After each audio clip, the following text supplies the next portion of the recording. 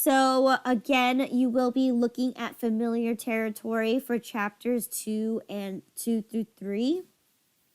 First thing I'm going to ask you is a set of questions that's going to look at an account, and the question is going to ask you what to determine the account type, what category it belongs to, and lastly to determine whether it has a normal balance of a debit or a credit.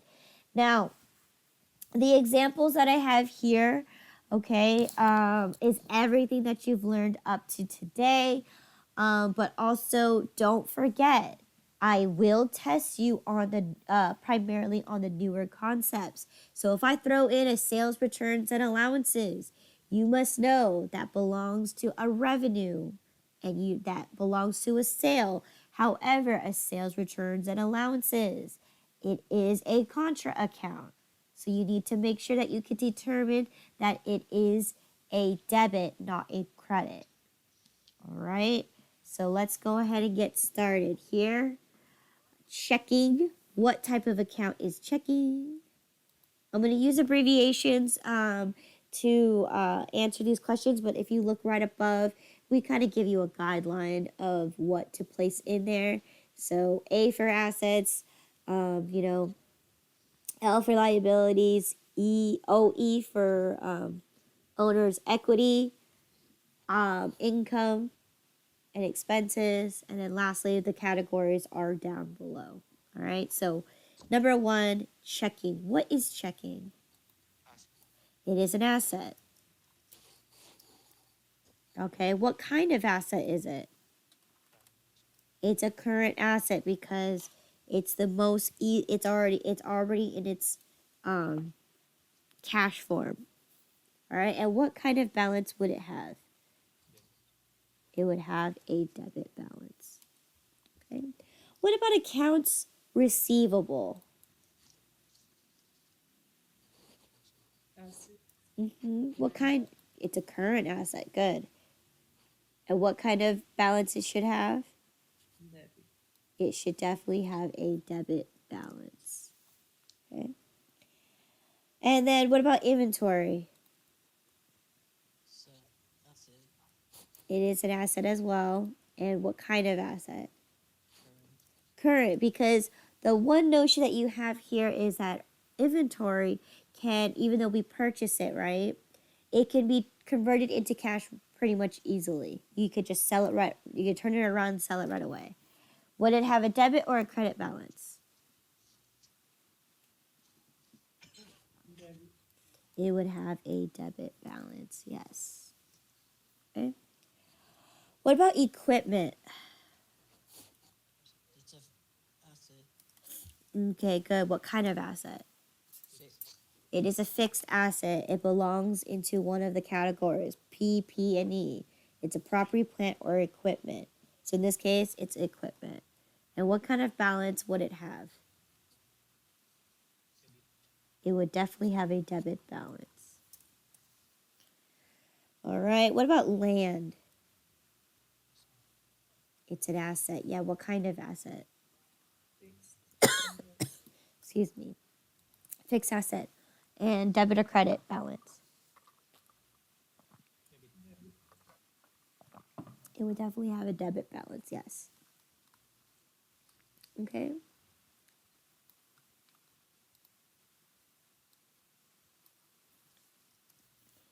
All right. What about a copyright? It's an asset, yes. What kind of asset? Intangible. And what do we categorize intangible assets as? Other, correct. All right. And debit or credit? Debit. It would have a debit balance. Okay. This is actually supposed to say Visa, not VSA.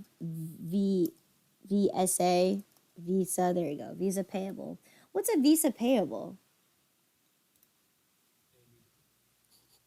Say it again.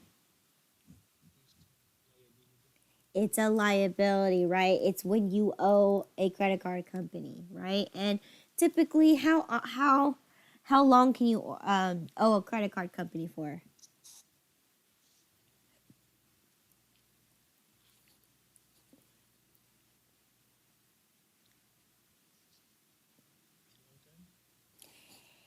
You can, but what's the assumption here? If you use a credit card, how often do you have to pay it back? You have to pay every month.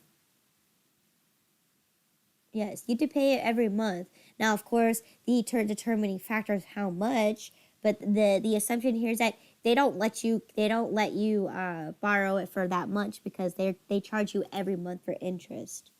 So, what kind of liability would you determine this as?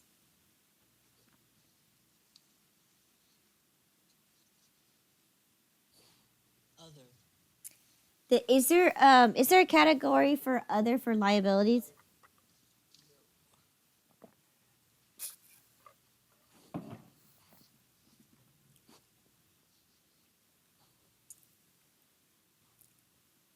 So, what are the categories for liabilities? Current, and what else?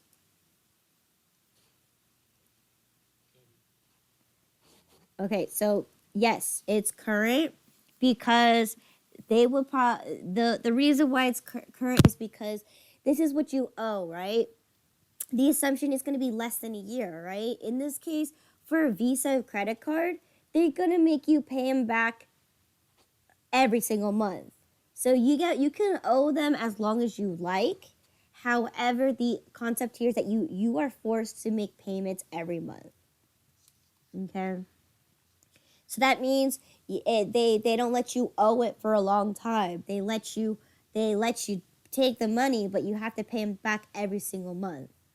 All right? So therefore, you only have 30 days to pay back what you owe, and you don't have to pay it all back. The idea is that you have to pay some of it back right away. All right, and I heard that it is a credit. Yes, that is correct, right? If you're looking at your accounting model, it is normal balance is a credit. And in this case, I just tapped the wrong one. So undo. So it should be a credit. Okay. What about a unearned revenue?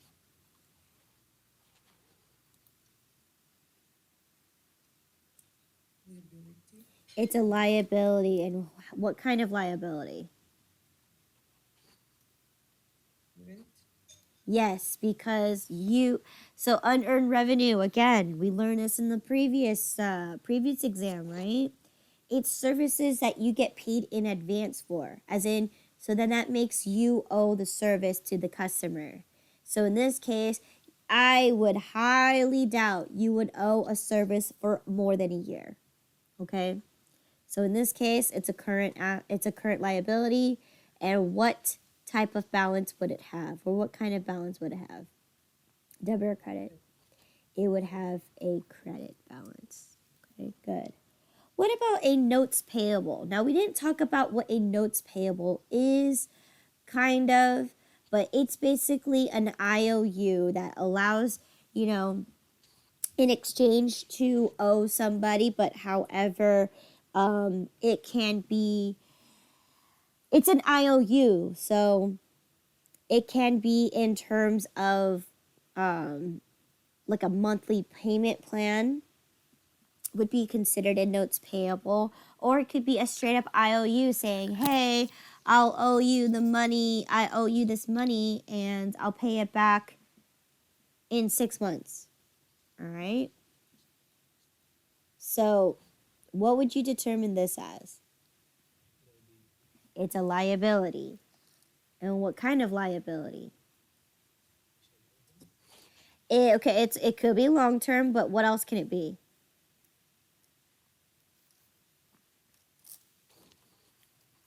It can be both, because you can have a notes payable for 6 months out. You can also have a notes payable that's 4 years out. So it can be both. All right. And what kind of balance would it have? Credit. Okay. What about owner's equity?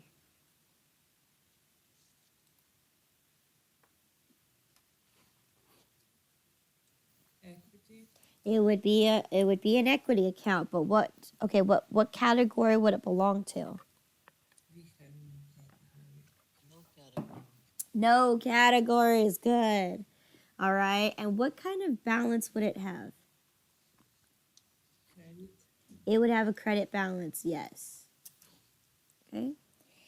Owner's withdrawal. Equity, non-category. Yes, it would be an equity with no categories. And this time, what kind of balance would it have? Debit. It would definitely have a debit balance because it's a contra account. So here's a first example of a contra account.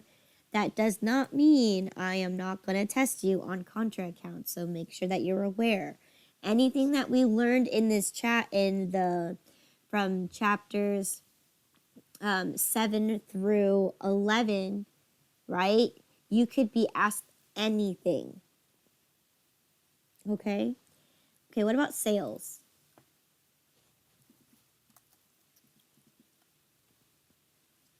Revenue. Yes, revenue or income, whatever you associate it with. And what kind of category would this particular sales be a part of? Sales. It is sales in this case because we are a merchandising company. Then you will have the category of sales. All right. So debit or credit balance. Credit. It would have a credit balance. Yes, sales will always be a credit balance. What about a cost of goods sold?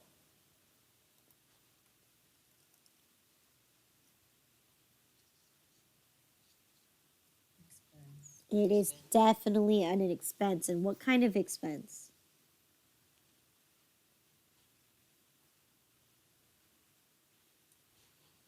Cost of goods sold. It is a cost of goods sold. Yes, just make sure that you guys know that. That cost of goods sold, it's its own separate category. And when we dive into the fictitious business, we're going to be taking a look at cost of material, cost of goods sold. All right. And then, so would it normally have a debit or a credit balance? Debit. It would have a debit balance, yes.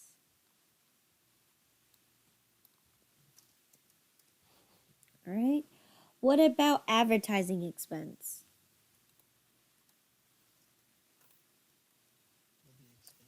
It'd be an expense. What kind of expense? Operating. Good. And then debit or credit balance? Debit. Yes. All expenses are debited unless there's a contra account. And then what about supplies expense? And we're going to talk about this as well soon.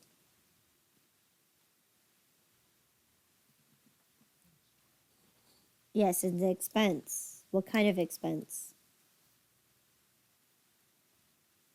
Non-operating expense. Why would it be a non-operating expense?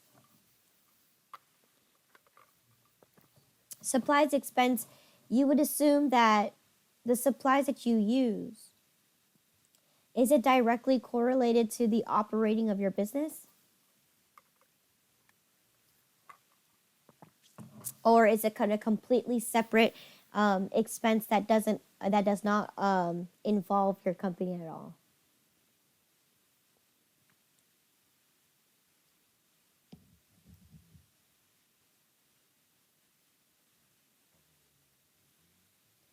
Yes, more than likely it's an operating expense.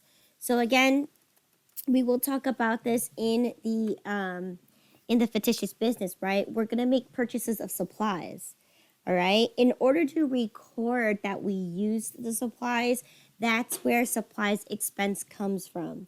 It comes from actually using the product. So expenses, they have a few contexts, right? Expenses are going to be referred as anything that you use or anything that you need to make a purchase for the company or anything that you need to make an expense for. So example, advertising expense, right? That's an expense that you have to do in order to operate your business. And then same thing with purchases of periodic inventory. You make a purchase expense because that's directly correlated to your operating expense. When you sell your inventory items, that's something that you're trying to get rid of, the items in your inventory. So supplies expense is another a term where we actually have to make an adjustment entry. So this is chapter 13. When we actually move into adjustments, this is something you have to adjust in your supplies, because this is how you determine what you used in the company. So in this case, it would be more likely to be operating. Okay? And then what kind of balance would it have, debit or credit? Debit. It would have a debit balance. Okay? So again, this is practice for you guys, because I will be asking you a couple questions based on a specific account, whether it's a contra, an adjustment entry, or even a regular main account. Just be aware that you to be able to determine what it is, right? What type of account it is, what category it belongs to, and determine whether it has a debit or a credit balance. Okay, so I'm gonna mention this again. It will be heavily more related to the concepts that we learned up to now. So 7, the more recent concepts. So anything from chapter 7 through 11. Okay. All right, number 4.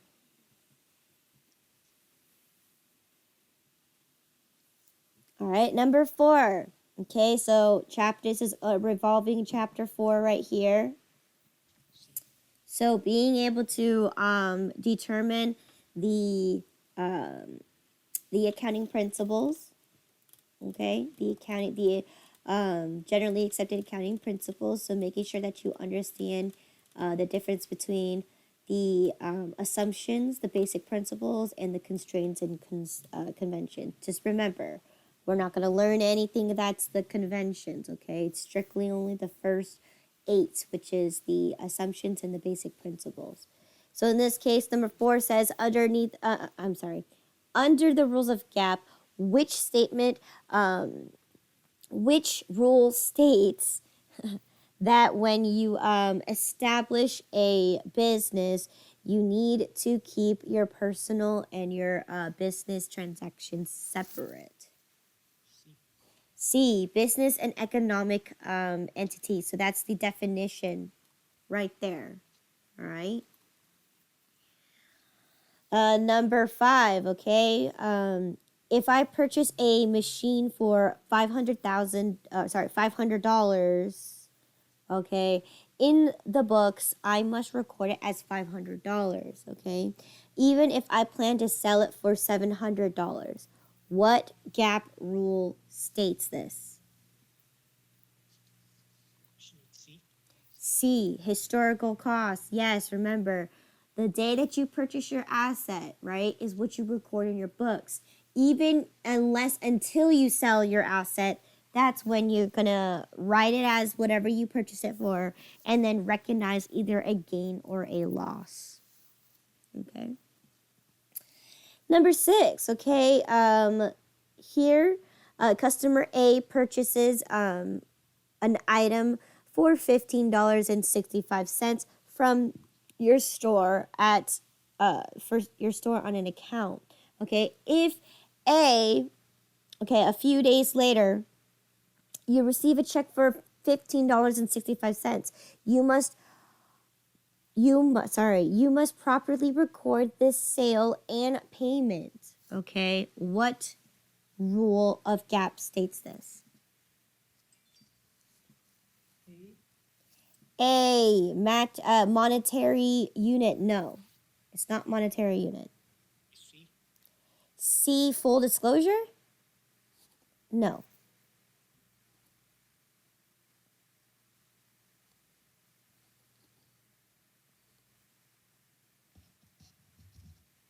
Okay, so let's look at this. Okay, in this way, okay. So in this case, someone purchased from me $15.65, right? And they placed it on an account. Because I have to record the sale, right? What is my what am I expected to be receiving? I'm supposed to be receiving a $15.65 check from my customer because that is going to match my sales. Correct? Historical cost. Not historical cost. It is going to be matching principle because I'm matching my revenues to my expenses, but I'm also matching my revenues with my payment, right? So in this case, let's look at this. Monetary unit. I'm not saying I need to write down that I sold X amount of units in terms of dollars. All right? Full disclosure just means that you are displacing information, such as I purchased 10,000 units for $5,000. That's where you need to write there the full disclosure in your notes to your financial statements is that you need to say that you have 10,000 units. You can't write that anywhere else. And then historical cost. Where in the world did I mention what my original cost was? Okay, so in this case, this is an example of a matching principle because what am I doing? I had a sale for $16.65. So then when I receive a check for $15.65, what am I piecing together? I'm validating that my sale had for surely went through for $15.65 because my customer paid for it. Okay? Does that make any more sense?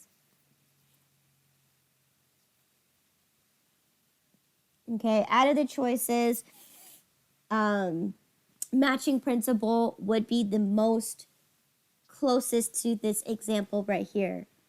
All right, the more actually more correct answer would be revenue recognition. Okay, but in this case, out of the choices, matching principle would work because I'm receiving an exact payment of $15.65 and my sales that I made was exactly $15.65. So essentially I'm matching my sales with my payment. And the rule here is that you're supposed to match your revenues with your expenses, all right? So of course, my $15.65 includes my expenses. It includes my cost of goods sold and my profit margin. All right? And I'm matching them hand on hand. And I'm also validating that a sale has happened and I actually got paid for it. Okay? So that's that one right there. This is matching principle. Okay? Why isn't it going? There you go. Okay. Okay, number 7. Okay, cash basis is when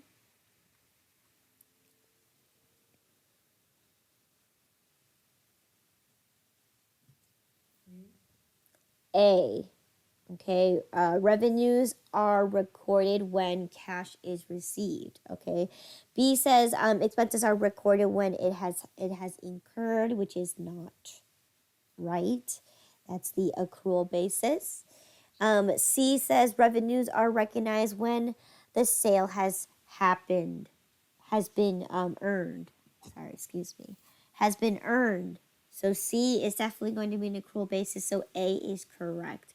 The concept right here is that you need to have cash in order to record anything. Okay. Number 8. Okay.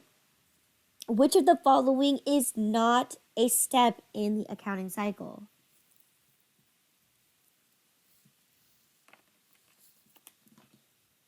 D. D. D says making decisions based on their financial statements. Yes, you do not make any decisions.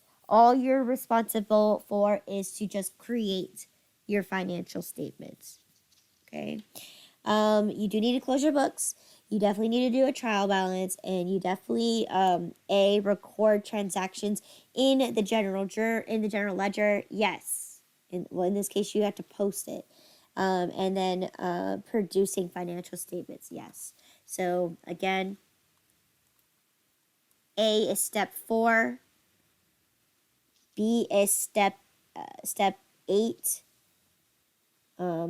C is step 5.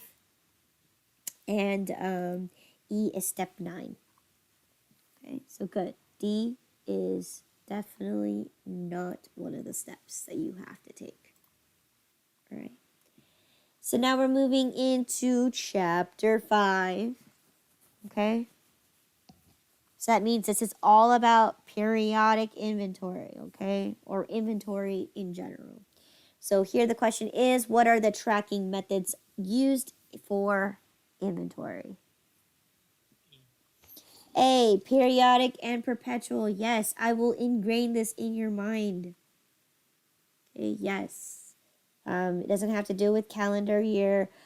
Cash basis and accrual basis is not an option. And then accounting period and accounting cycle. This doesn't have to do with inventory. This is have to do with the overall business itself. Okay. Number 10, okay, what are the costing methods used in inventory?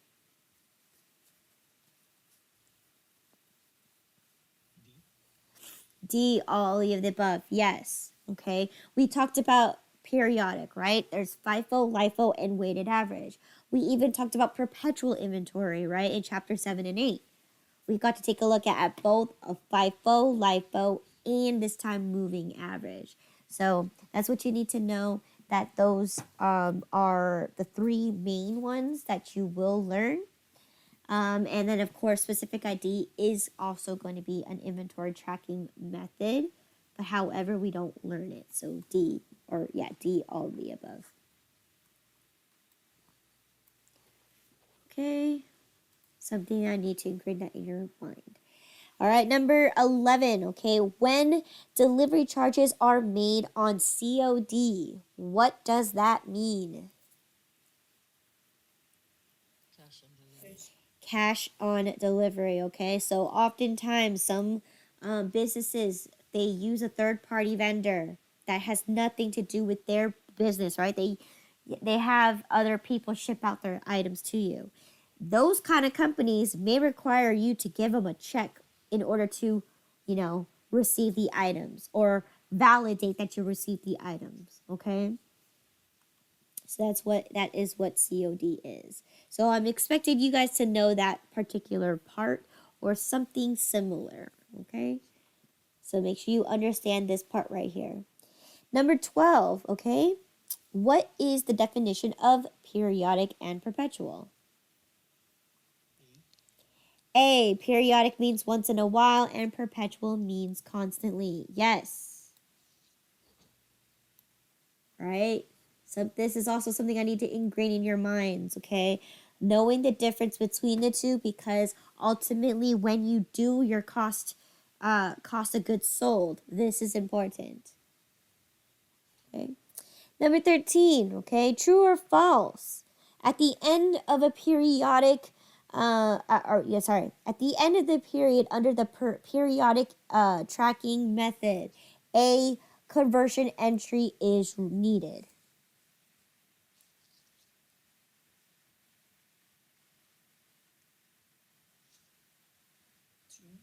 Yes, true, because the first thing you need to know is, what did you journalize your periodic inventory as?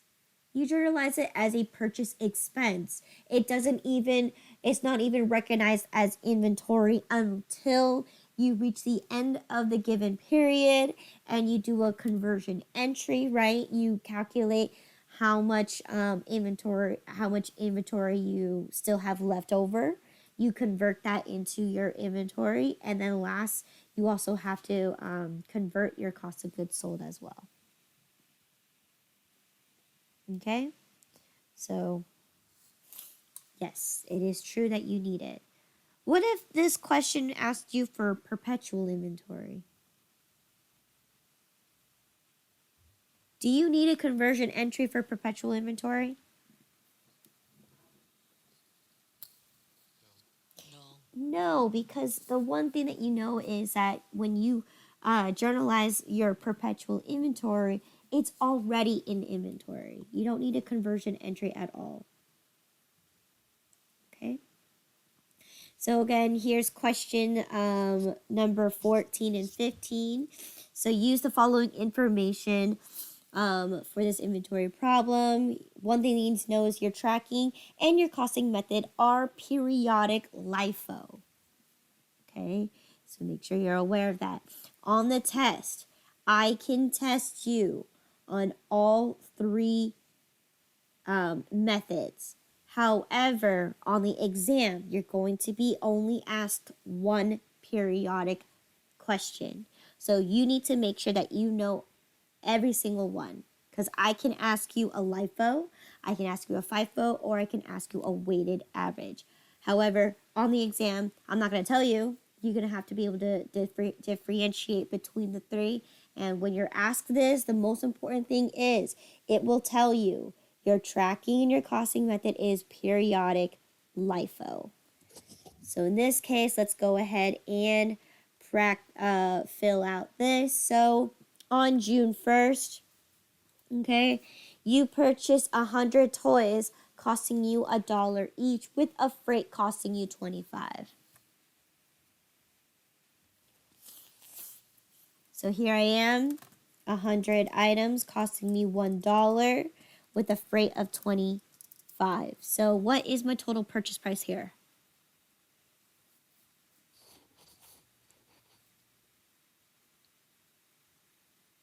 100. 100 plus 25 gives me a total cost of. 125. And what is that? What is my cost per item going to be?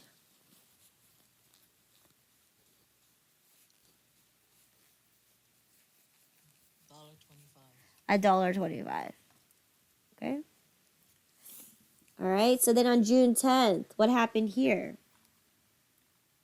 You purchase another 200 toys for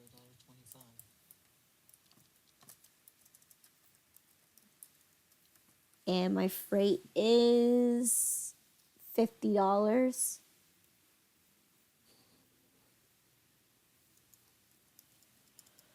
Okay. So what is my total total purchase price here? $250.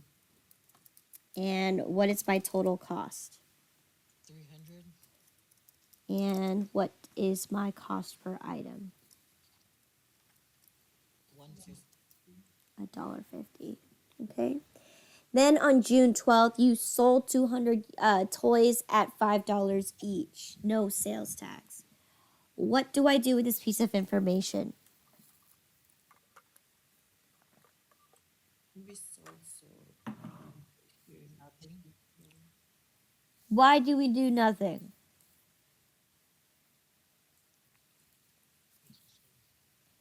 It's a sales, okay, but why do we not record sales?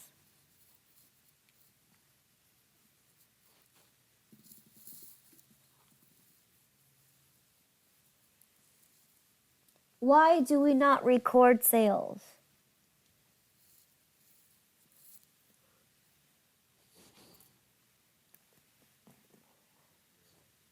It's periodic inventory. We don't care for our sales. We only care about what we purchase. Because at the end of the day, we're going to go take a physical count, and that's how we determine how many items we sold. Okay? So good. So in this case, we skip it. Okay?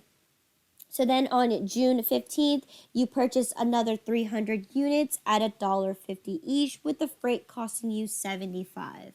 So 615, 300, $1.50, freight is 75. So what is my total purchase price here? $450. 450. And then plus 75.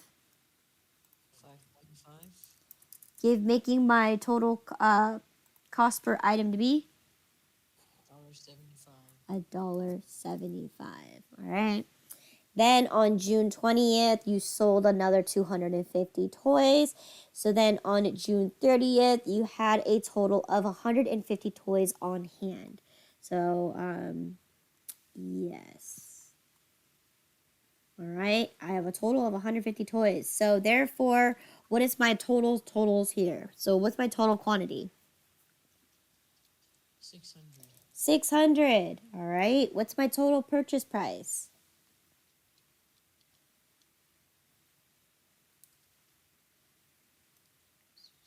800. 800. What's my total freight? 150. 150, bringing my total cost to be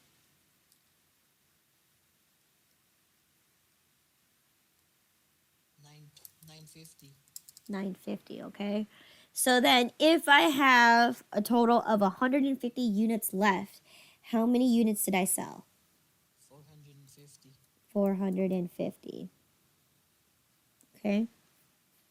All right. Now there's two ways that you could solve this. Either you solve for the ending inventory or you solve for the cost of goods sold. Now what I've taught you was to calculate the cost of goods sold. So, because I'm using LIFO, which batch am I going to eliminate first? 651. 615, which is the 300. So right here, 300, which we know to be a grand total of 525. Right? Yep. How many more items do we need to sell? 150. 150, right? So which batch are we going to be taking out from? 610. 610. Now 150. And you said 610. There's 200 items in that batch. So what's my assumption here? I need to calculate the cost per item, right?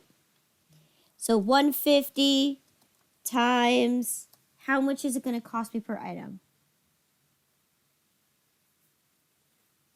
175. 175 is the last batch. Oh, sorry, 150. 150, making your total here to be 225. 225. Okay, so 525 plus 225 gives you a total of 750. 750. All right, so here's this. So what does that make my ending inventory?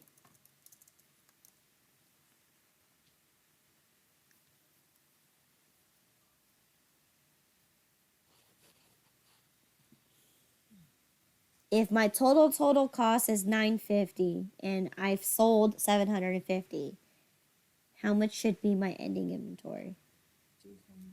200. 200. All right. So now the question is, number 14 says, what is the total cost of your ending inventory on hand? 200. It is 200. Yes. Okay. Number 15 says, what is the total cost of your cost of goods sold? 750. 750. All right.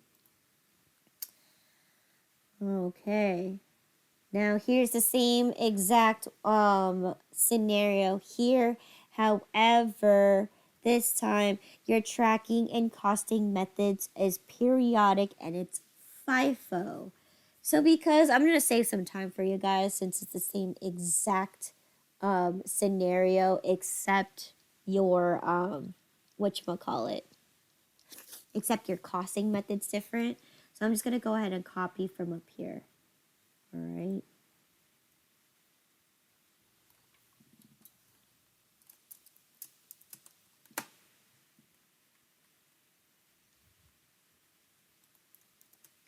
Right? June 1st, we bought 100 toys. Okay, so, and then of course our grand totals is going to also be the same as up here. So I forgot to copy that as well.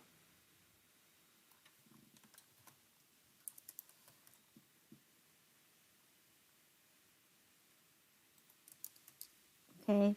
So if I'm supposed to have 150 at the end of the day, at the end of the month, or whatever it is, so how many items did I sell? 450. 450, okay? But this time, our costing method is FIFO. So which batch are we going to be actually taking out from first? 61. We're going to be taking out of the first 100, First. right? So we're taking out 100 items, okay? And we know that those 100 items is going to cost me $125, right? When now we need to sell 350 more. So which batch are we going to be taking out next? 610. Yes, we're going to take the full 200 items out, which we know is to be $300. Okay? Now, how many more do I need to take out from the third batch? 150. We need to take 150, right? But we also need to know that there's 300 items in there. So what is going to be our cost per item? 175. All right, which brings us a total of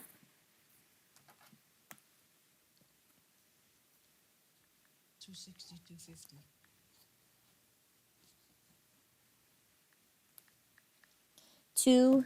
262.50. All right, so that means we're gonna add up 262.50 plus my 300 plus my 125 to give me a grand total of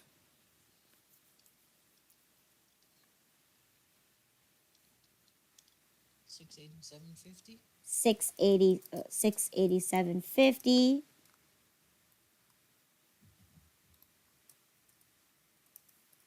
Okay, so what is my ending inventory?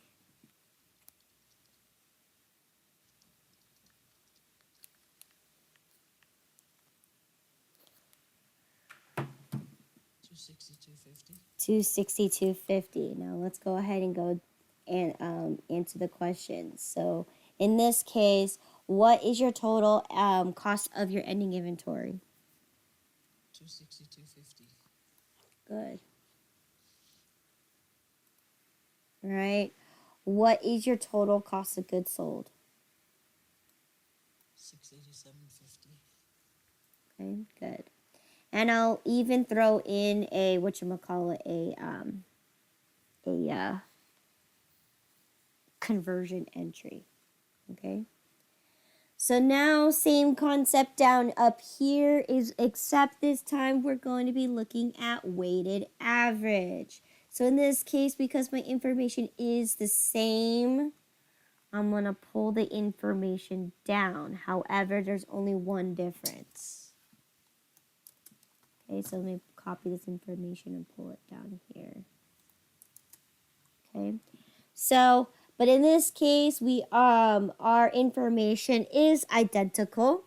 However, this time we need to calculate the weighted average. So in this case, what is the extra step I need to take? What is the extra step I need to take?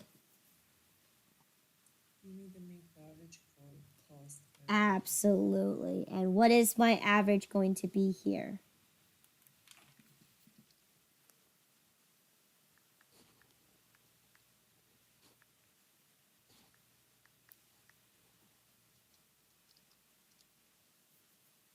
$1.58333. Okay, good. Keep this number in your calculation. So again, how many items did I sell? 450. 450. Okay, so how am I going to calculate my total, my cost right here? My cost of goods sold. What is my average cost per item right now? 450 times 1.58. Okay, and what is my total cost of goods sold here? 712, 4985. 712 4985. 4985. So what is 498 round to? For 450. 50. Good. 712.50. 71250. All right. If this is 71250, then what is my ending inventory?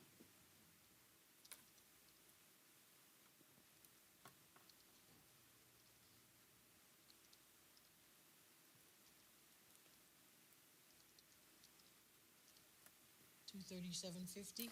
23750. All right. So let's answer the question.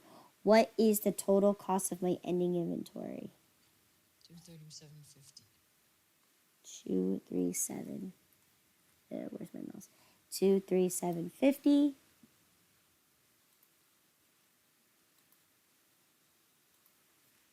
Okay. And what's my total cost of my goods sold? $712.50. 71250. Okay. So we got to practice all three of them, knowing the difference. This the last one. If last one, LIFO, right? We take from the bottom and make our way to the top. FIFO, we go from the top, make our way down to the bottom. Weighted average, we literally add up our total cost and we divide it up by our total amount of quantity because we're trying to find the average. Okay? And that's how you calculate them there. Right? And then lastly, number 20 says convert this inventory. So assuming that this is for the previous question above, right? Answer the next 3 questions. Okay, so how is my conversion entry going to be placed here? What am I making this conversion entry for? Sales. Not for sales. We're not making it. This is inventory. Inventory. Okay. So what am I going to journalize here?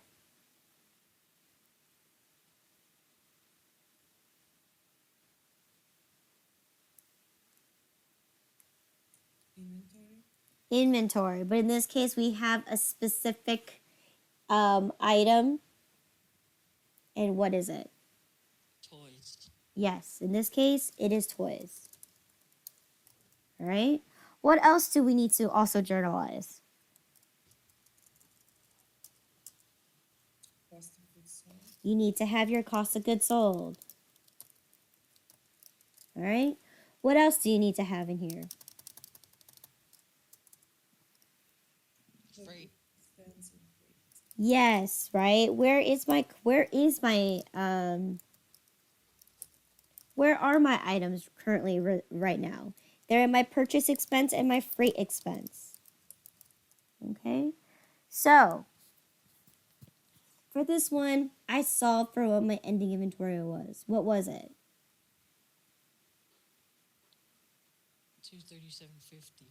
237.50. 237.50. I also solved for what my cost of goods sold was. And what was it for? $712.50. Good. What was my total purchases? $950. That's your total cost. Oh, $800. 800. Good. And your total freight expense is 150. 150. Okay. If you add them up together, your total debits and your credits should be 950. All right. So that's how you do your conversion entry, okay? So make sure you remember that because it's crucial. It's crucial for a periodic inventory. Okay? All right. Any questions so far? No. Okay.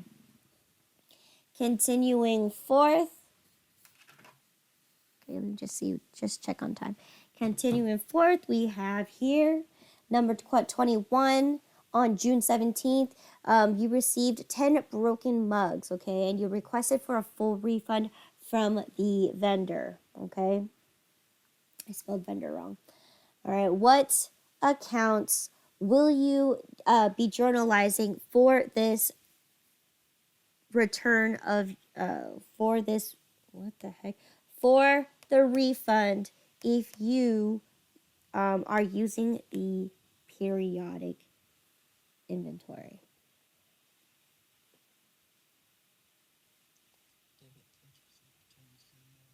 Debit, purchase, returns, and allowances. No. What is purchase, returns, and allowances? You would credit purchase, returns, and allowances because remember, when we make the purchase of inventory in the first place, right, we debit our account with a purchase expense and a freight expense.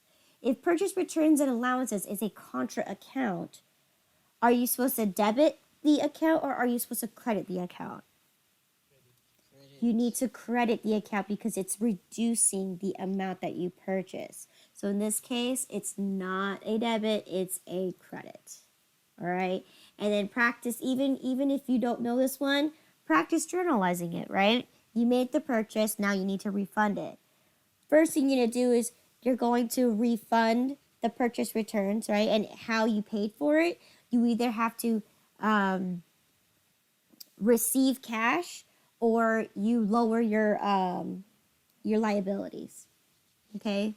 So you'd be getting cash back for a purchase returns and allowances, and you would debit your cash account. So good. Under the periodic method, you need to know that there's a purchase expense and you need to create a contra account. Okay? Number 22. Okay, if terms are 5%, 15, net 30, what does that mean?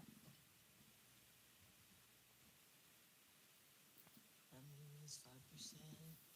8. 8. I am so sorry, but who is driving right now? You need to be in class, not driving. All right. So, okay, take a 5% discount if you pay within 15 days. If not, then you have to pay in full within 30. Yes. Okay.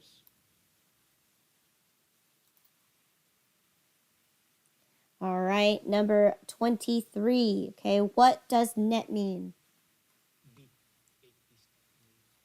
Yes, take the discount immediately. All right, lastly, chapter 6. Okay, so here a customer buys 10 shirts for $5 each. Okay, sales tax is 8.25%. Total cash sales was for $54.12. Okay.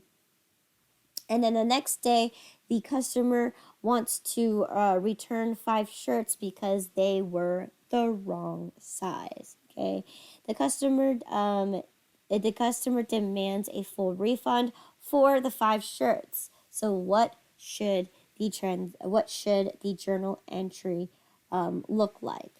Okay, assume that you are using periodic inventory.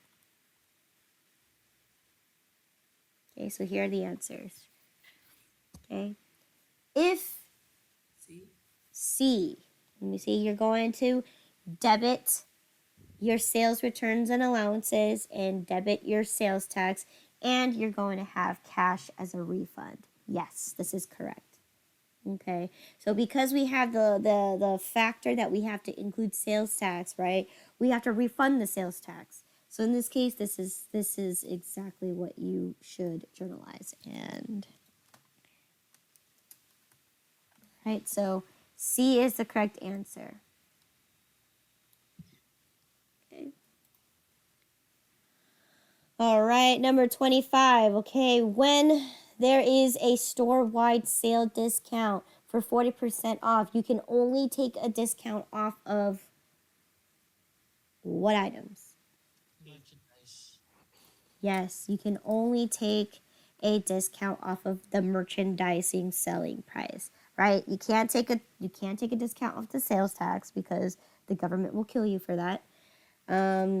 And you can't definitely take shipping and handling off, right? That's a standard rate. It's based on obviously how much you how big the box is or also how heavy the size is. So you can never take a discount off of the shipping. So yes. Merchandise selling price only. Okay? And that's going to be it for the rest of today. So again, tomorrow we're going to go over chapter 7 and 8. So yeah, anything that was in chapter 7 and or anything that was today, chapters 2 through 6. All right, any questions? I'm going to go over the real quick what I am going to expect for you to know for these particular chapters. Right, any questions so far?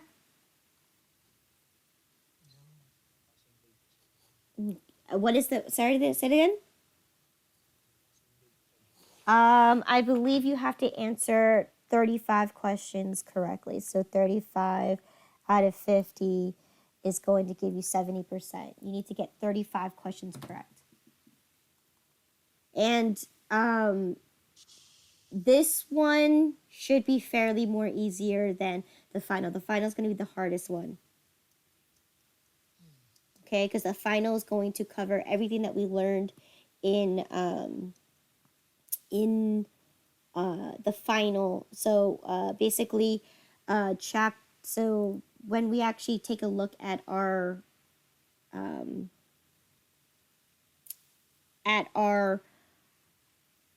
fictitious business, right? You're going to have the exam's going to mock it, and you have to be able to show me how to be able to produce the financial statements and everything. So the final is going to be the hardest one. Okay. So again, for this exam, I'm choosing to eliminate chapter 1, so you don't need to know anything in chapter 1. However, for chapter 2, just like we talked about, right? We talked about, I will give you an example of a question. You're going to determine what type of account they are and what category they belong to. Okay, so again, categories are right here. And lastly, what kind of balance they would have. What's their normal balance? So right here, you're going to be determining this little factor right here. Okay. You will also, yes, that's chapter. You will also need to know the fundamentals of the accounting equation. That's definitely going to be on the exam. Okay. But as far as that, make sure you know that. Make sure that you know which categories they belong to for each type, but you also need to know what the normal balance means. Okay, if I ask you which accounts have a normal balance of a credit, you need to know. It's going to be your liabilities, your equity, and your revenues. Okay, so I may ask you something like that. Right. Chapter 3, the only thing I want you to know from chapter 3 is how to journalize. All right? That's the only thing I require. So in your exam, if you remember looking at the study guide sheets, I left you a bunch of blank general journals. This is what chapter 3 is. I need you to know is that you need to be able to journalize the proper accounts. And I will ask you, just like the previous exam, do you debit purchase expense and then credit your cash? Do you debit your cash and credit purchase expense? Okay? So you need to know that and making sure that the values match up. All right? Chapter 4. Okay, as I mentioned before, you need to know the accounting cycle. All right? You need to know all 10 steps because I will ask you on the exam what order they belong in, or what is the most one that's in order. Yes, Nilo? Say that again? The steps. Because I just need you to memorize. Step 1 is, to collect the information. Steps 2 to analyze it. Step 3 is to journalize in the journal. Step 4 is to place it into the ledger. Okay, I need you to just know those key points there. Okay. For the rest of it, understanding what the accounting period is. I mean, that is definitely something you should know. But I might not test you on that. Calendar and fiscal year plus the statements. Those are just concepts you should know, but I'm not going to test you on that. Okay. And of course, as I mentioned before, accounting principle, okay? My questions could be a definition or it could actually be applied knowledge. So make sure you know the ins and outs of all the assumptions and all the basic principles. I will not test you again on constraints and conventions, okay? So only know the top 8. So understanding what business economics is, and going on concern, plus monetary assumption, as well as the accounting period. All right, and then same thing for the accounting. Same thing for the basic principles. Know that the historical cost, the difference between revenue recognition, matching, and adequate disclosure. Okay. So make sure that you know those 8. And of course, I will also test you the difference between the cash and the accrual basis. So pretty straightforward. As for chapter 5, again, I need you to know the difference between periodic and perpetual because I will test you on both, right? But I'm only talking about chapter 5 right now. So chapter 5 is all about periodic inventory. Know that when we journalize periodic inventory, we journalize it as an expense, okay? Make sure you also know FOB shipping point and FOB destination, all right? Know what FOB stands for as well as COD, all right? And again, understand what happens when we need to do a purchase returns and allowance or a purchase discounts. So I may ask you a net/gross question. Okay, and of course, I will let you know whether it's periodic or whether it's perpetual. Okay. Also, one thing that you need to know is I may ask you a conversion entry in the exam. All right.